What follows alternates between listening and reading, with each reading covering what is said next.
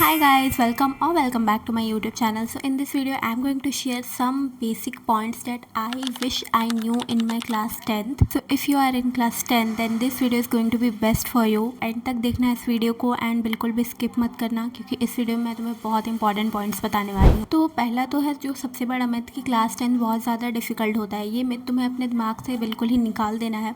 It's just a board exam, so it's not that tough as we think. And अगर तुम सच में अपने class 10 में अच्छा स्कोर करना चाहते हो तो तुम्हें सबसे पहले कंसिस्टेंट रहना होगा। तुम्हें मोटिवेट करने वाला कोई नहीं है, तुम खुद को खुद से ही मोटिवेट कर सकते हो। तो इसलिए यूट्यूब पे मोटिवेशनल वीडियोस देखना बंद करो एंड खुद से प्रॉमिस करो कि तुम रोज़ कंसिस्टेंट रहोगे, क्योंकि मोटिवेशन से ज़्यादा तुम्हारी कंसिस्टेंसी मैटर करती है। एंड बैकलॉग एक ऐसा चीज़ है जो हम सारे स्टूडेंट का एक बहुत बड़ा एनिमी है। तो बैकलॉग हमारा कभी ख़त्म ही नहीं होता है। But if you're in class 10 तो तुम्हारे उतने भी ज़्यादा बैकलॉग नहीं होंगे। बट अगर तुम्हारे थोड़े से भी बैकलॉग है तो तुम उन्हें टाइम निकाल कर कंप्लीट कर लिया करो, वरना एंड में बहुत ज़्यादा प्रेशर पड़ता है। तो अगर तुम्हारे बैकलॉग बन चुके हैं तो तुम्हें उन्हें जल्दी से जल्दी क्लियर कर लेना है संडे या सैटरडे का टाइम निकाल कर। Quality over quantity. तो तुम अगर क्लास 10th में हो एंड तुम 10-10 घंटे पढ़ने का सोच रहे हो तो उसका कोई लॉजिक नहीं बनेगा।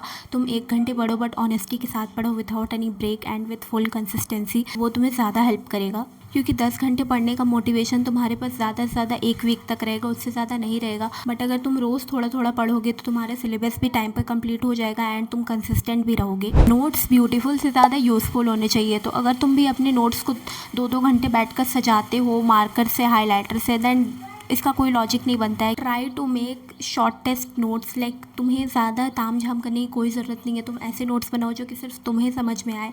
You can just use blue और black pen and important mark करने के लिए you should just use a red pen और अ हाईलाइटर। तुम्हें ग्लिटर पेन्स, कलरफुल पेन्स लेने की कोई भी नीड नहीं है। मैंने भी अपनी क्लास 10th में नोट्स बनाने में ही सबसे ज़्यादा टाइम वेस्ट किया था, बट एट द एंड वो मुझे रियलाइज़ हो चुका था। Do not underestimate NCERT। NCERT is the base for science and social science. Like you have to read NCERT of social science and science, क्योंकि वहाँ से स्टेटमेंट बेस्ड क्वेश्चंस आते हैं। तो तुम्हें NCERT को अच्छे से रीड करना है, स्पेशली थ्योरी बेस्ड सब्जेक्ट्स की।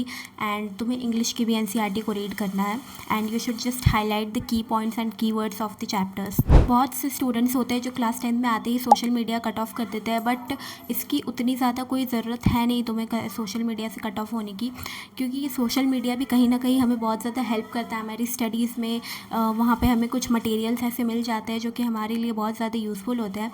So it's basically depends on you कि तुम्हें सोशल मीडिया पे एक्टिव होना है या फिर नहीं। सोशल मीडिया कम्प्लीटली क्विट करना नेसेसरी नहीं है, बट हाँ थोड़ा कंट्रोल करना। School, tuition, coaching, online classes, self studies, इन सब के बीच में हम अपने mental health and physical health पे बिल्कुल भी ध्यान नहीं दे पाते हैं। तो ये गलती मैंने भी करी थी लास्ट ईयर, तो जिसकी वजह से बहुत ज़्यादा हमारे हेल्थ पर इम्पैक्ट पड़ता है।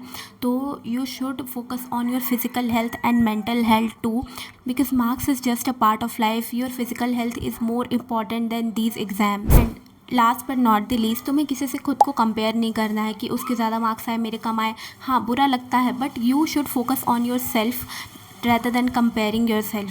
तो तुम्हें किसी को देख के कंपेयर नहीं करना है, क्योंकि फिर वहीं से हम बहुत ज़्यादा डिमोटिवेट होने लगते हैं दूसरे से खुद को कंपेयर करके। तो तुम्हें किसी से भी खुद को कंपेयर नहीं करना है। ऑल्सो तुम्हारा main focus competency based questions पे भी होना चाहिए, क्योंकि अब जो बोर्ड्स होते हैं वो पहले के जैसे नहीं होते हैं। अब हमारे 50% कॉम्पिटेंसी बेस्ड क्वेश्चंस होते हैं।